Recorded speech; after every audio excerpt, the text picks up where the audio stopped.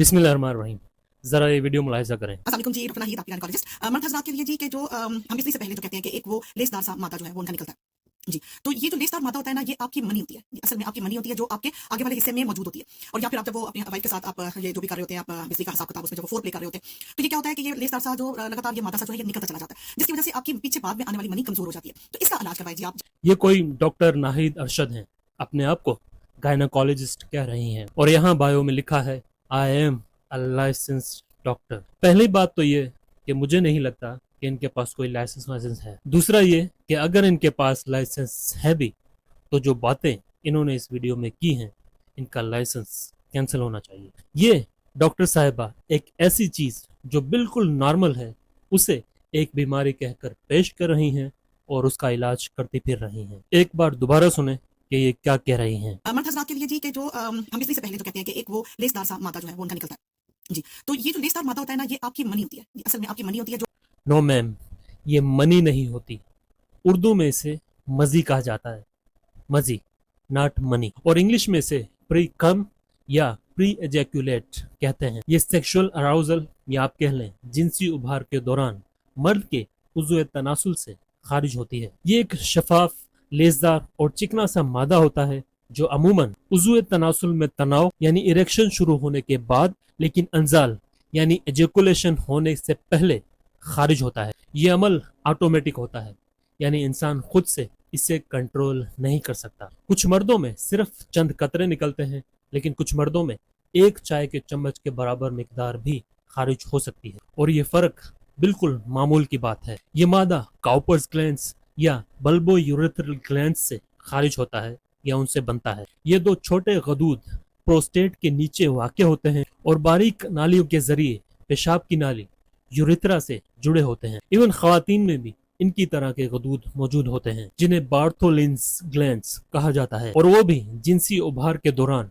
चिकनाहट पैदा करने में मदद देते हैं। अब आइए देखते हैं कि इस प्री कम या प्री एजैकुलेट का काम क्या है। And believe me, it does some pretty important things. Number 1, चिकनाहट, लुब्रिकेशन। जैसा कि हमने देखा कि ये पेशाब की नाली से जुड़ा होता है, तो इसका यही काम है कि जो पेशाब की नाली है उसे चिकना कर दे ताकि बाद में मनी का गुजर आसान हो जाए। नंबर 2, तेजाबियत को कम करना, न्यूट्रलाइजेशन। चूंकि पेशाब की नाली से पेशाब गुजरता है और पेशाब जो है वो एसिडिक होता है, इसलिए प्री एजैकुलेट जो निस्बतन अल्कलाइन होता है वो पेशाब की नाली की जो तेजाबियत है उसे कम करने में मदद देता है ताकि स्पर्म के लिए साजगार माहौल बन सके। नंबर 3, स्पर्म का तहफ़्फ़ुज़, प्रोटेक्शन। ये स्पर्म के जिंदा रहने के लिए निस्बतन एक साजगार, एक बेहतर माहौल फराहम करता है। सादा अल्फाज में आप प्री एजैकुलेट को एक तैयारी करने वाली टीम समझ लें जो असल अमल अंजाल से पहले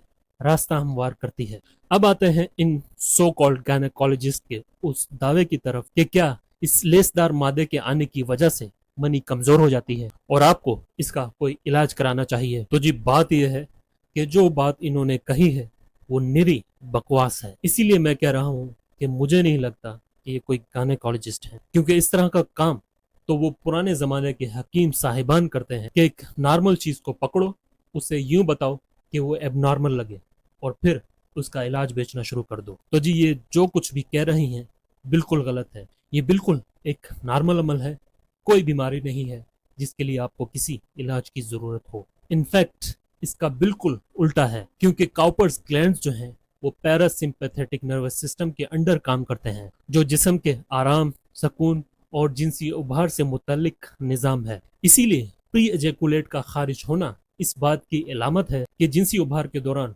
असाबी निज़ाम, गदूद और खून की रवानी जो है वो मुनासिब अंदाज में काम कर रहे हैं। यानी इसका मतलब यह है कि इस लेसदार मादे का आना सेहत की निशानी है, न कि किसी बीमारी की जिसके लिए आपको कोई इलाज कराना पड़े। तो जी ये वीडियो बनाने का मकसद यही है कि सोशल मीडिया पर हर किसी की ना सुने, हमेशा मुस्तनद डॉक्टर्स को फॉलो करें। और हमारे पाकिस्तान के जो मौजूदा हालात चल रहे हैं इसके लिए मैं सजेस्ट करूंगा कि आप किसी से भी नहीं, मतलब मुझसे भी नहीं, ऑनलाइन इलाज मत लें। सेहत के किसी भी मसले के लिए फिजिकली डॉक्टर से जाके मिलें, उन्हीं से मशवरा करें और इलाज लें।